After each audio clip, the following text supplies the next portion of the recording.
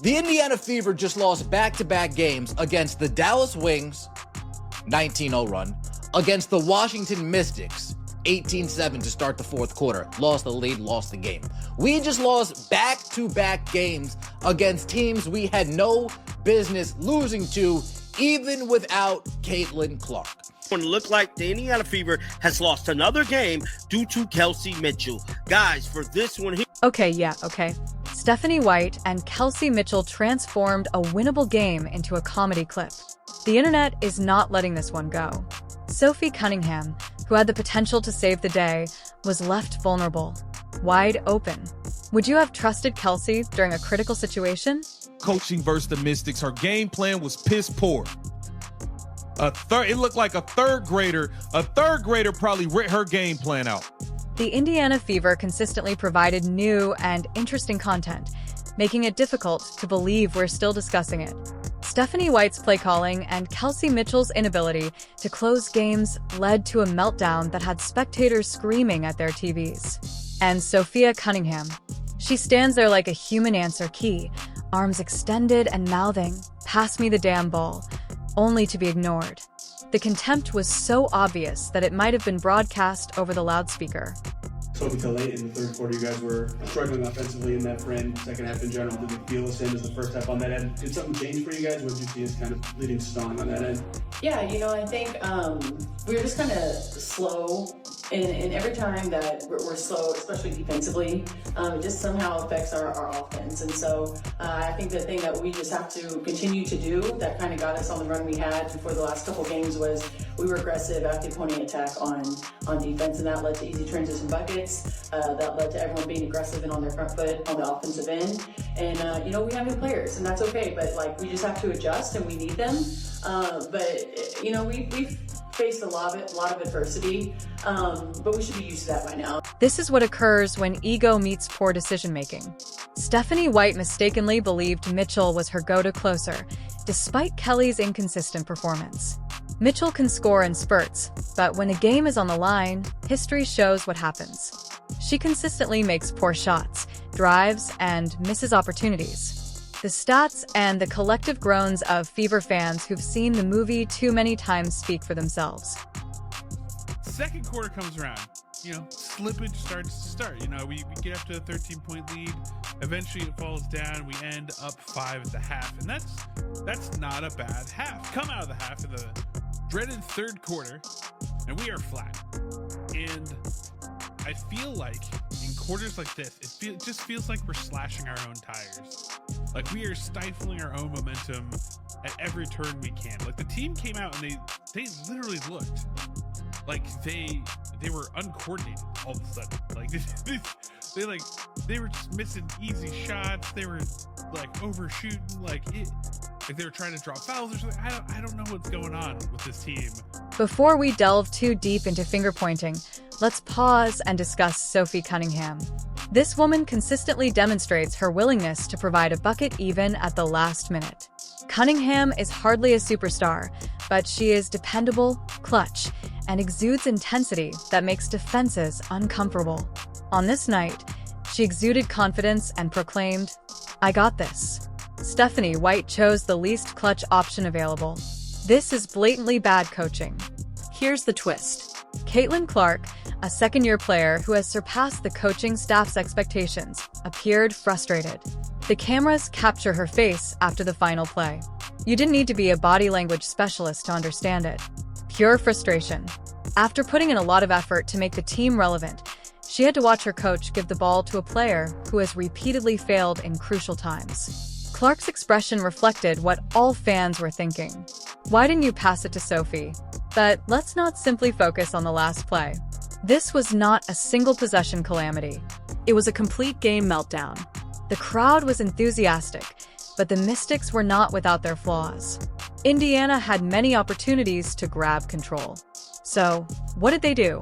The team struggled with turnovers, poor defense, and predictable offense. Stephanie White appeared to be reading from an outdated coaching manual as her players struggled to find their rhythm. Poor preparation and execution lead to this outcome. In crucial moments, the incorrect player makes the wrong shot. The feeling of instant regret is insufficient. friend Carolyn Peck been?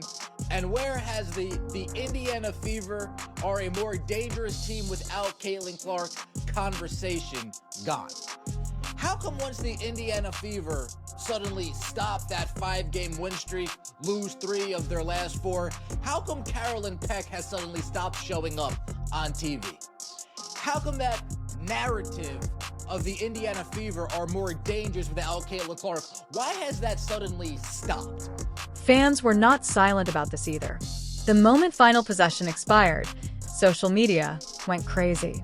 Clips showing Sophie standing alone on the perimeter quickly spread.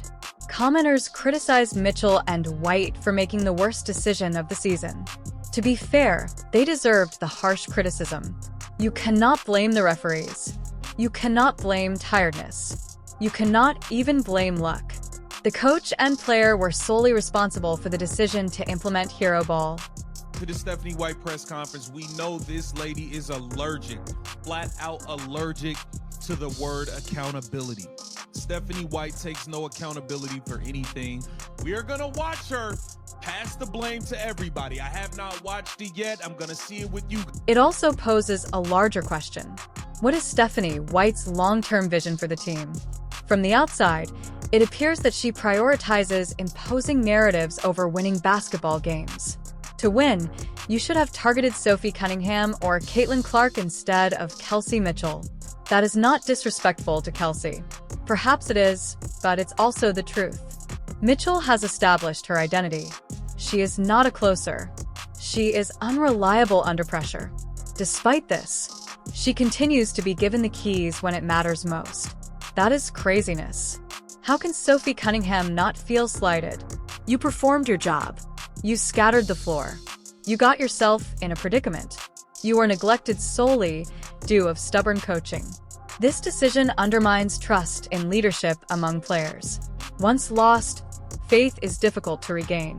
After a loss like this, the locker room atmosphere can be unpleasant, especially when everyone knows who should have taken the shot and who did. It's impossible to avoid both film and truth. Sophie was the right solution, but she was ignored. We also need to discuss the standings.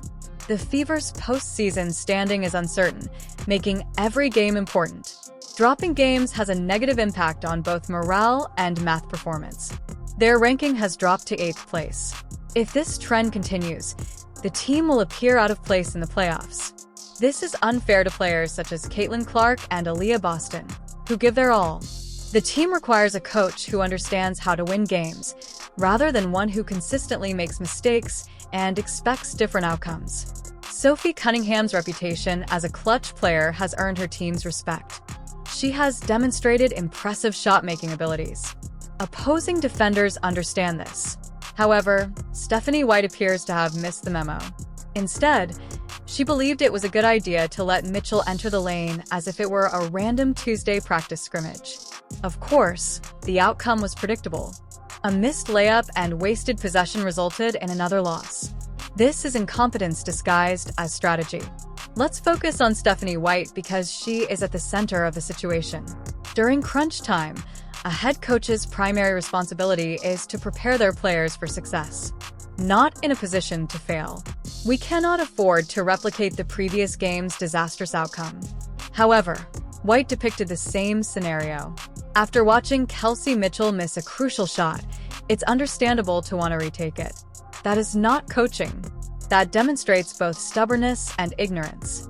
Attempting to change the channel with the same broken remote batteries is ineffective. When the batteries run out, it's time to accept defeat. Mitchell is facing a timing crunch. Dead weight. Although she performed well in the first 3 quarters, she struggled in the 4th quarter. She's the basketball version of Windows Vista, crashing at the worst conceivable times. White has yet to figure it out. Sophie Cunningham isn't exactly demanding MVP treatment. She doesn't want to overshadow Caitlin Clark or Aaliyah Boston. She only wants to perform her job and be trusted when it matters most. In this game, her role was apparent.